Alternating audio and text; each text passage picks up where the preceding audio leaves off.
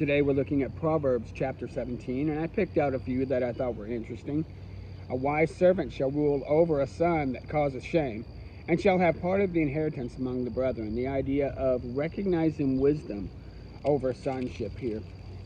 Whoever mocks the poor reproaches his maker, but he that is glad at calamity shall not be unpunished. The idea, again, people that are glad, that other people are facing calamities. We see that again, God judging Assyria, judging Babylon, judging later on in Isaiah. We'll see that with judging Egypt and judging some of these places that were glorifying that God was doing this to Judah. Children are glory to old men, and the glory of children are their fathers. The idea of, again, this generational goodness that can happen. He that covereth the transgression seeketh love, but he that repeateth the matter separates very friends. The idea of always going back into the past and digging around. A reproof enters more into a wise man than 100 stripes into a fool. The idea that we wise men should be okay with reproof. If you can prove me wrong, if you can show me wrong, if you can look at the map and say, here, you're figuring this incorrectly. One guy said, it's better to be correct than to be right. Anyone can be right, but not everybody can be correct. Let a bear robbed of her whelps meet a man rather than a fool in his folly. The idea of a man finding his drink or finding his temptation. It's better if a man was found by a wild bear. He that justified the wicked and he that condemneth the just, even they are an abomination. If you justify the wicked man, and if you condemn the just, you are considered abominable. A man devoid of understanding strikes hands and makes usury in the presence of his friend. The idea of just striking hands in pledges, I'll do this, I'll do that, and not meaning to keep your word. A merry heart doth good like medicine, but a broken spirit dries the bones. We have to realize there's something even physiological about depression, anxiety, worry, stress. It has a toll on our bodies. A wicked man taketh the gift out of the bosom to pervert the ways of judgment. He's the one that pulls something out and says, here is my gift, to overlook or to change the laws or to make it right in an unjust sort of way. He's bribing his way through. Even a fool that withholds his peace is counted wise, and he that shutteth his lips is esteemed a man of understanding. And whatever happens, keep your mouth closed and people think you're smart. You're considered wise by what you don't say, not what you do. I love 17. It's got a lot of other good ones in there. Look it over, see what it has to say. Beginning with 1 Chronicles. Now, I know a lot of people kind of beat their breast a little bit at 1 Chronicles, and so they kind of get all bleary-eyed. There's all these names, and there's like 9 chapters of names, but there's some really cool stuff here. And it's broken down into pieces, and I'm going to show you some of those pieces by just looking at the first 2 chapters. First of all, the one thing I did, and I'll show you real quick in my Bible, is that I went, and you'll see there's different colors for different people. And what I did that on purpose, so that I could track what we're talking about and who we're talking about. Again, and I did this through all of them. You'll see some different underlinings and things, little notes that I took. You're going to see a lot of names mentioned, but you'll see names that go back and forth and go down the line, and then you'll start seeing a progression and understanding of why these names are there. They're just not there to cook your brain because you have nothing else to do for 9 chapters. One thing I will say, giving away the end of it, is genealogies are very important. You'll find 2 genealogies of Jesus, one from his dad, or stepdad, I should say, and one along his mother's line. That's in Luke 4. Matthew 1 is his stepdad. Matthew 4 is his mom's line. And the idea is, or actually it's not his mom's line. That's what people are saying. It's Joseph's line through his stepfather. Okay, let me say this really quickly. I got that backwards because I've heard it in church so many times. One of them is his biological line. The other one is his legal line. Matthew 1 is his legal line. If you were the son of a certain man legally, his name is on your birth certificate. You are legally a part of this line, but you were raised by a stepfather and knew a family of a totally different way, then your familiar line would be different than your legal line. Jesus's legal line and familiar line both go back to David, and then they break off around his sons, break off with Solomon and Nathan, Then they break down and they go down to the stepfather, which is Joseph. So I misspoke that because I've heard it so many times. That's the problem with the grid work.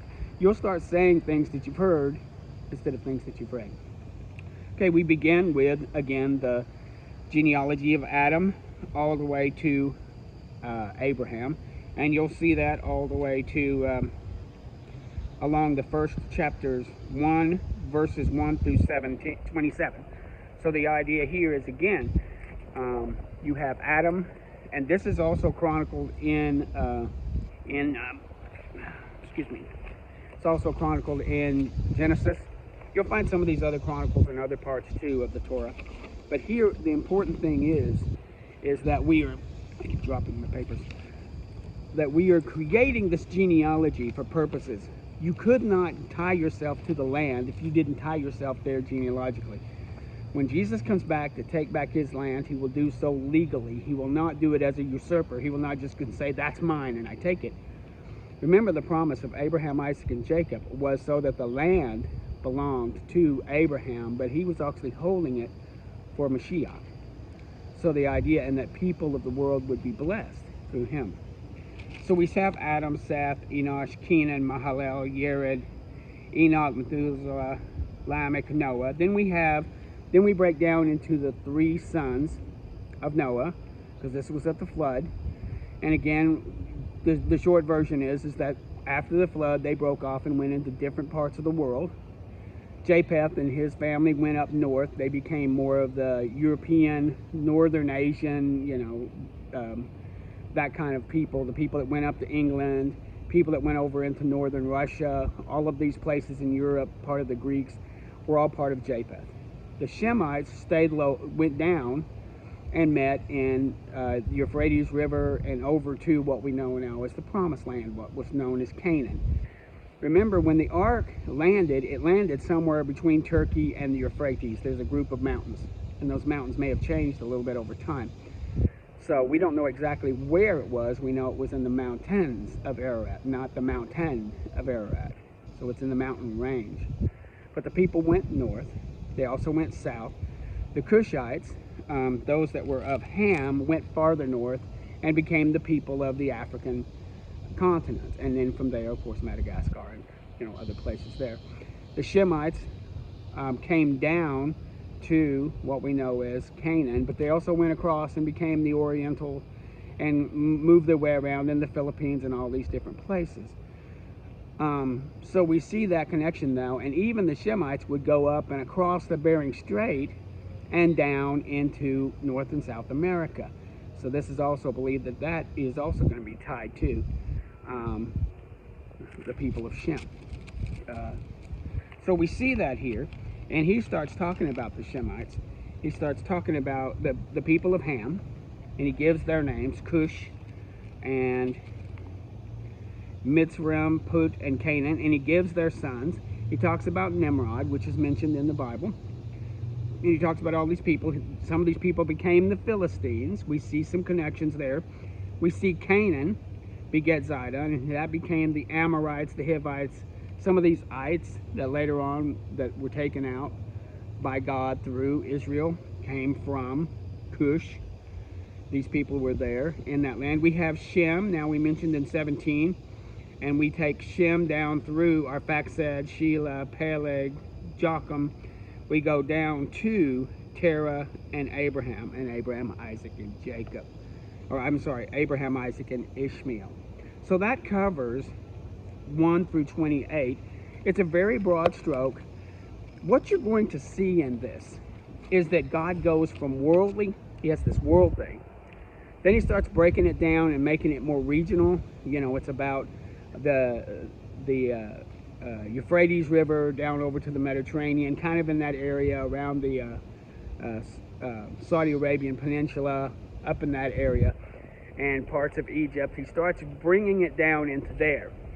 And so we see now these names are really going more for that area. So he starts breaking that down. And so now he's talking about, of course, Abraham, Isaac, and Ishmael. He stops there. He talks about the sons of Ishmael. and we get their names. And God did not hate Ishmael, by the way. He showed goodness to Ishmael and his mother. It wasn't their fault what their situation was. And we do see some animosity between the two, but man, did we see the animosity within the brothers? You remember with the Israelites, they wanted to get rid of a whole brother. You know, we got the animosity with David and with his family, and then later on. So animosity doesn't mean this hatred. So we have, again, the people of Keturah, which is his wife after Sarah. And Abraham had a lot of other sons, and they also would inherit and would get. He was a very powerful man at his time. He had these sons. And so, but Isaac was the one of promise. That's the difference here. We're not talking about whether you could get some inheritance from him. You were the person of promise here. So he talks about them. He talks about Isaac. He talks about Esau. We talk about the line of Esau through Seir, and you talk about all of them through 42. Remember, the Edomites, God told Ishmael to be kind to the Edomites. They are your brother. They are a part of this whole thing of Jacob and Esau. Again, I don't see Esau as the bad guy that sometimes modern day Christians would make him. Well, Jacob I love and Esau I hated. You know that statement is mentioned in Malachi? We go through the entire Old Testament, literally right up to the last book before anything's spoken negatively of Esau. And that's only talking about the people. It's not talking about the person. Because Jacob's talking about, you know, people. And so I chose. And I hated didn't mean I wanted him killed. It means that I didn't commit to him. I committed to Isaac. Remember, Jacob was a trickster. You know, so again, he wasn't a person of good character. God could have just as easily made all of this from Esau. That was his point. You're not making this. I'm making this. That's the whole point. It's not I elected you and you can just go off to hell. It's meaning I have chosen to put my name through you. And I will work this out no matter what happens with the people. And we see in the history how they have this falling out. It takes God himself to keep Judah from going apostate, to keep Judah from running off the rails, to keep Judah just becoming like another nation. It took God himself to do that. And that's what he meant by I am committed to you. So we see all of this, and he loves the Edomites. He's going to bring back the Edomites, the Moabites. He gave that land to them, and he'll give it back when he gets in the millennial reign. He will set these people up. You know, because that's the type of person he is. We look at the kings of Edom here, and again, we go through all of these dukes, and I thought it's interesting they're called dukes. But you get all of these people, again, looking at the lineage of Edom, because one day he's going to bring not just Israel back to her land. Remember, God also gave land to these people. Remember when they came in there, he says God gave them that land. Edom didn't just take the land, God gave them that land. God set these people up out of respect for Lot and out of respect for Esau, the men. We see in chapter 2, we begin a very interesting thing. Again, like I said, we went from large to medium. Now we're going to go small. First we did large, the whole earth. The Japhethites went up to Europe and parts of Asia and in England. Then we had the Cushites that kind of hung around in the area known as the Promised Land, in that area what's known as Israel, Canaan, and went down into Africa. Then we have the Shemites that stayed also in that area, but then moved up to become the Orientals, and then across. I'll restate all of that again. But then we pulled into regional, where we talked about, okay, now we're dealing with this area of Seir, which is down in the south near the Saudi Arabian Peninsula. We're dealing with these groups there. We're going to get now more into a familiar area. And when I say familiar, I don't mean like well-known. I mean family-oriented. We're talking about David. And we're going to go in and talk about David in chapter 2. Chapter 2, we talk about these are the sons of Israel, and he goes through the 12 of Israel. He mentions of Judah. We're talking about and Onan. We talk about them. We talk about Tamar. If you remember the story, doing the history really helps this, by the way. Mentioning people that you kind of already know makes this a lot easier. We remember that Judah was unjust with Tamar, promised to give her a husband from his kids, and reneged. Well, she found a way to get pregnant by him, and then he has children with her, but he doesn't touch her again, and that became Perez and Zerah. And Perez also had a son named Hezron, and we see that lineage coming down. Let me break this up a little bit just to make it a little easier, and I have a graph here that I made, that you will see Judah and Perez and Hezron. It's always her also is a name that he's known by. You'll see Ram, Aminadab, we have Nahshon, Salma, then you have Boaz with Ruth, Obed, and David. So you see, this is the line from Judah to King David. You'll notice that Hezron also had a son, Jerahmeel, and he's mentioned here in a minute. We also have a son named Caleb. Caleb's interesting because Caleb has a wife named Ephratah. And Ephratah also has a son, two sons. One son, Caleb calls Bethlehem. The other son, he calls Kirjath-jearim. I'm going to talk about that in a minute. But we see this chart. Don't worry about the little one on the side. I'll talk about it in a minute. But we see this chart, which makes chapters 2 a lot easier to follow. So I'm going to let you look at this for just a minute. Make some copies of it. Take notes. We're beginning with Judah down to David. One thing to remember is also, I went through my Bible, and in chapter 2, I marked the important people. I used green and blue and red. When I saw a name who was a son of somebody and you're mentioning his sons and start talking about his line, I followed that. If you had brothers that went nowhere or sisters that went nowhere or whatever, or mentioned just the family line is mentioned, I kind of just let those go. Connecting the dots as you go. Circle it, mark it, put it in red, put it in blue, put it in yellow. Start connecting those dots.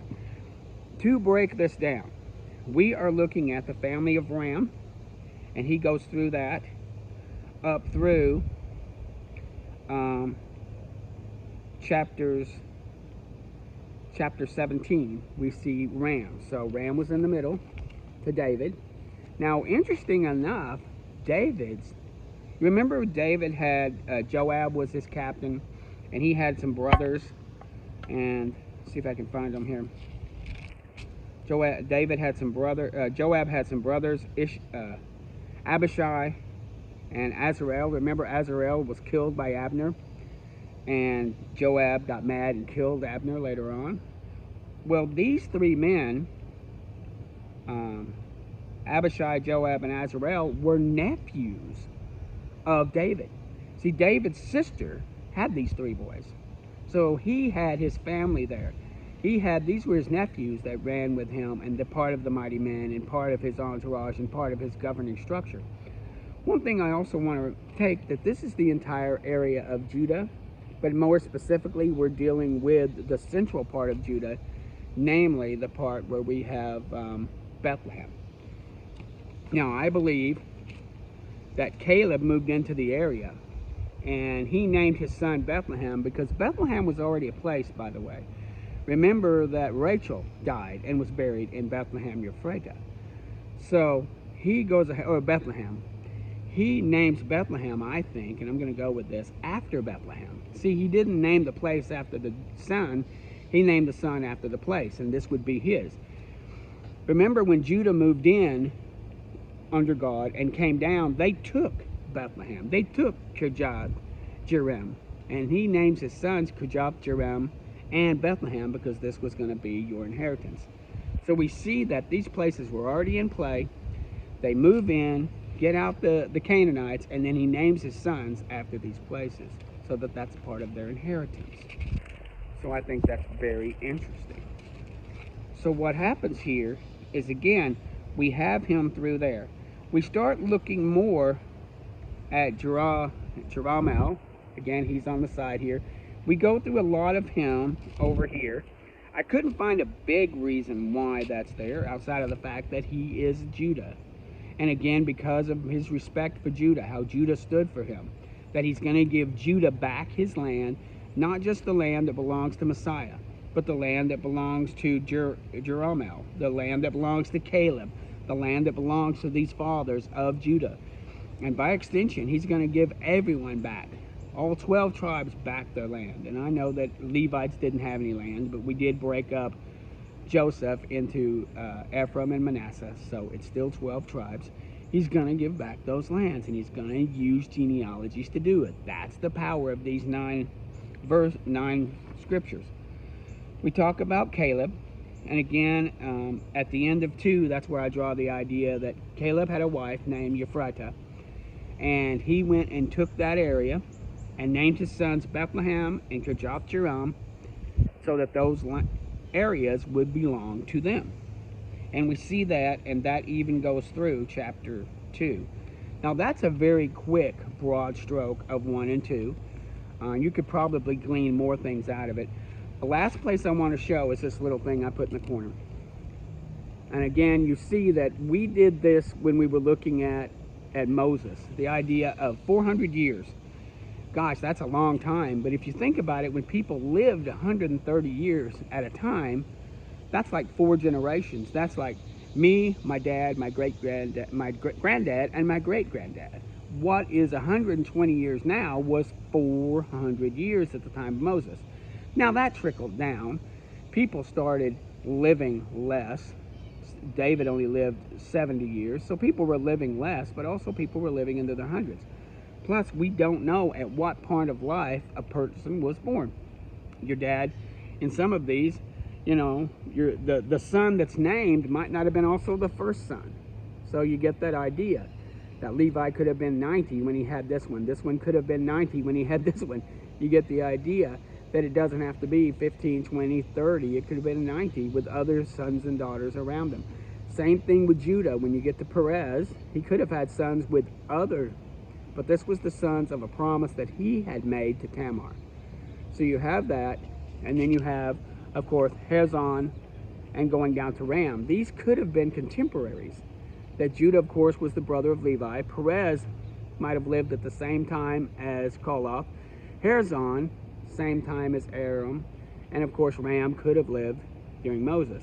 Now up here, I put that Judah and Perez could have gone in at the time of Joseph, and then 400 years goes to the time of Ram, and then Ram could have gone through, and these men could have gone through with Moses in the wilderness. See, all of these people that we're talking about here came through the Red Sea. They came through into the Promised Land. It could have been Abinadab was one of the generations that that came in with Joshua. Then you would have had this at the time of Judges, which makes sense when you look at when we did Judges. You looked at this person reigned for this many years, and this person reigned for this many years. Could have been this time frame of these people living. David lived at the time of the Judges. He wasn't king yet. Saul became king at that time. So looking at this, you see how all of this comes into place. You're seeing God went from world to region to area and now to family. And Christ will come from family. Christ will come from Bethlehem Ephratah.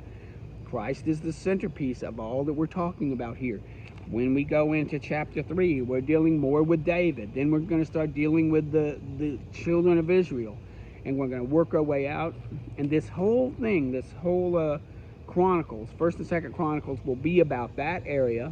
And it'll be mostly about, again, moving to Jerusalem. So I know we have a lot here. Look at all of this. There is a bunch here. Map it out with your pen. Look it over. It's not just a bunch of names. There's a reason why it's there. Everything in the Bible is there for a reason. It's our duty, our privilege to dig it out. Thank you.